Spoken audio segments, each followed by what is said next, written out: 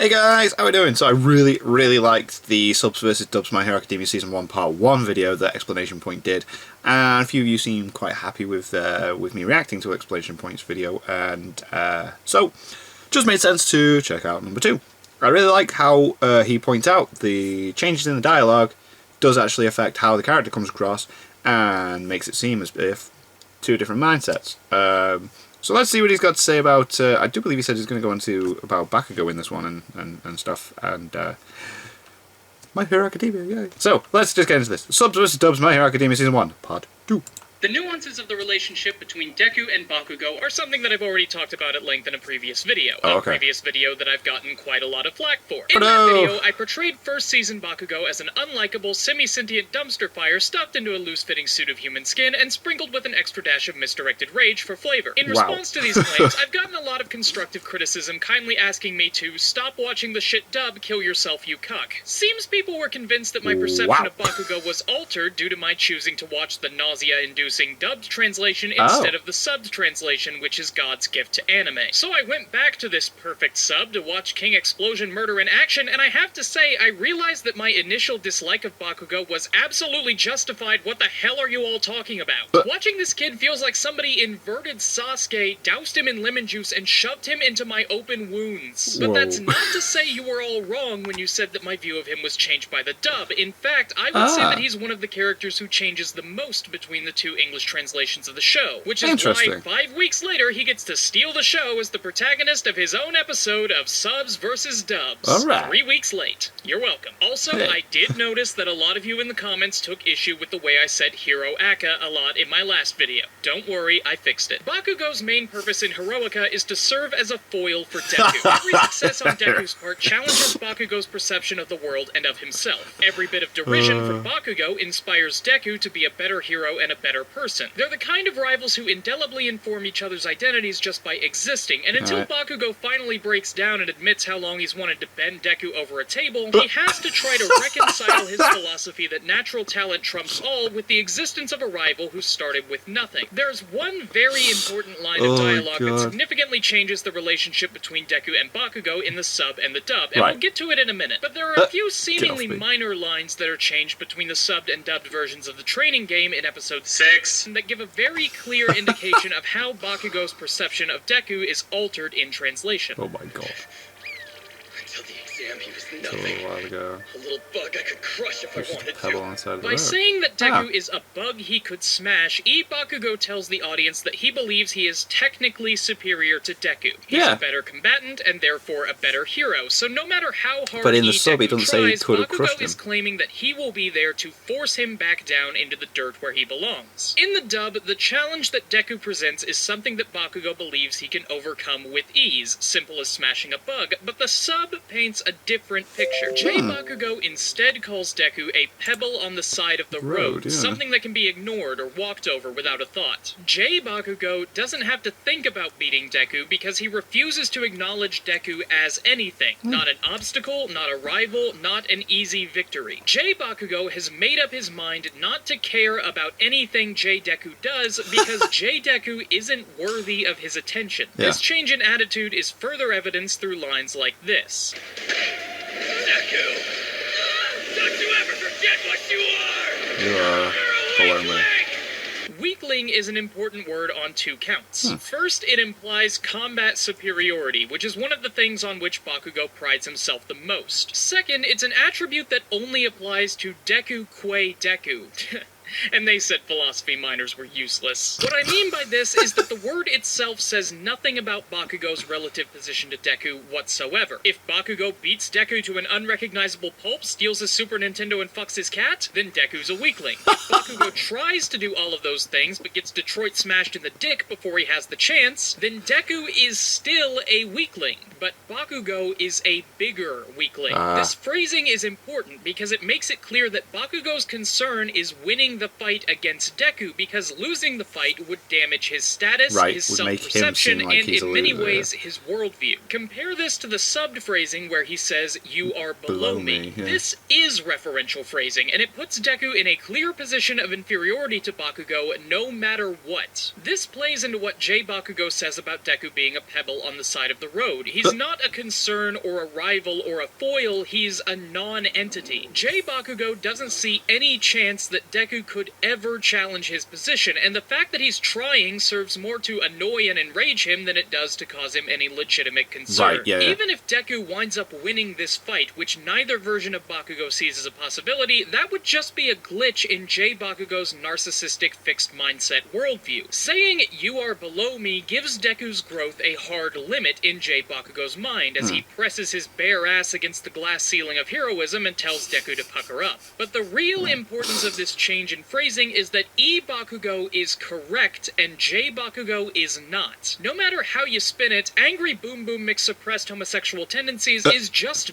better than Deku in all the ways that matter to him. He's a better fighter with a better quirk who gets more recognition from the public. So when E. Bakugo says he's a bug I could crush, by his own standards, he's right. I mean, he does win that fight, after all. But the notion held by J. Angry Boom Boom Mix suppressed homosexual tendencies that Deku is a pebble on the side of the road who can just be ignored is flat out incorrect. As anybody who has ever seen even the worst of shonen anime could tell you, main character not that Kun bad. might be a powerless nobody It's actually with pretty the laws decent of Black Clover, physics though. stacked against him, but he's never gonna give up, damn it. And the more Bakugo ignores Deku's indomitable sense of perseverance, the closer Deku is going to come to surpassing him. Bakugo also takes a significantly more active role in crushing Deku's dreams in the dub than he does in the sub. Right. Consider this line. Here's a little word of advice, nerd. So anyway, Don't even think of applying, can't or play else QA now. And this one. someone's got to teach that worthless nerd how the world He's an really idiot dreaming works. like a kid. Right. I hate it when he talks What's the name heroes. pisses me E. off. Bakugo's threats tend to be explicit and active. While J. Bakugo implicitly threatens Deku with violence if he applies to UA through the hand on the shoulder, E. Bakugo vocalizes that threat, saying "don't apply or else" instead of just "don't apply." Yeah. Likewise, Bakugo's comment about teaching Deku how the world really works gives him an active role in Deku's, personal development. While J. Bakugo might acknowledge that Deku is delusional and needs to be brought down a few pegs, for the most part he doesn't see that as Not in a his gay way. job. It's something he's happy to do, but at the end of the day he would much rather just be able to forget that Deku exists and be done with it. But E. Bakugo is an asshole on a mission. He sees it as his personal duty to stop Deku from And trying bring to him rise down, above yeah. his station, like some kind of twisted monomaniacal super Javert trying to bring justice to Izuku Valjean. Which is part of the reason why the change in the next line we're going to talk about is so important. I don't know why I did what I did. Then there's a montage that we skipped. Maybe it was the look on his face. Gotcha!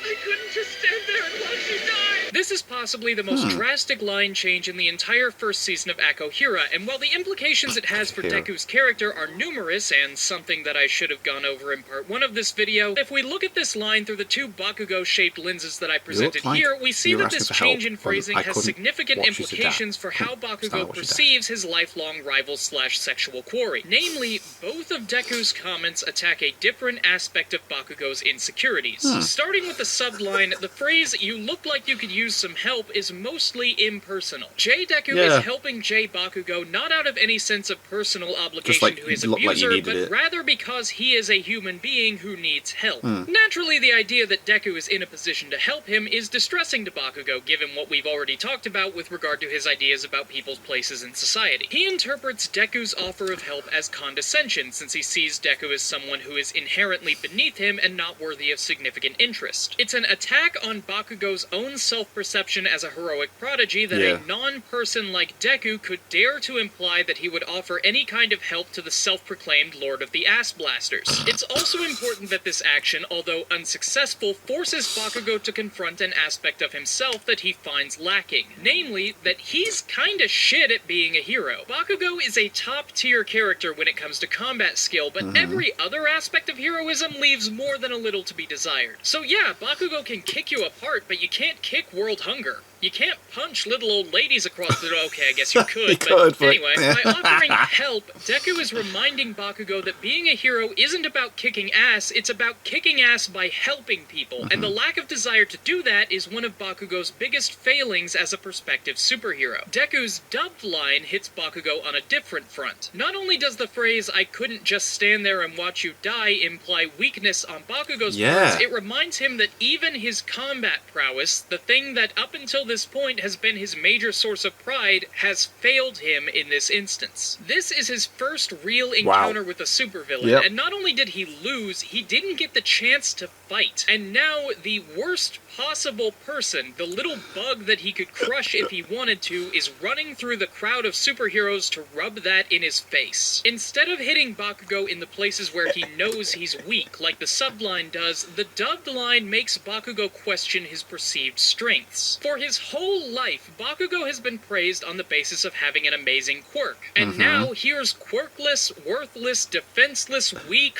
fuckable Deku running up to tell him that his quirk isn't enough. The dubbed line is also exceedingly personal in a way that the subline isn't. The subline implies that Deku would do this for anyone in need, but the dubbed line applies specifically to Bakugo. Everything that we see in the first season hammers it home that Bakugo has been an irredeemable ass-fuck to Deku for basically their entire lives, and yet Deku still refuses to stand by and do nothing while Bakugo is in danger. Deku's interference in the fight to protect someone who has literally told him to kill himself is an act of heroism of which Bakugo is nearly incapable in his present state. It makes it clear to him that to be the hero he wants to be, he has to change. But, as I went over in the other video on this subject, change is something that he doesn't see as a virtue if he thinks it's possible at all. Instead of believing that some people are born great and some people achieve greatness, he believes that some people are born great and some people aren't. And the way that Deku reacts to this idea is one of the driving forces behind Bakugo's character. Take this line from the training game.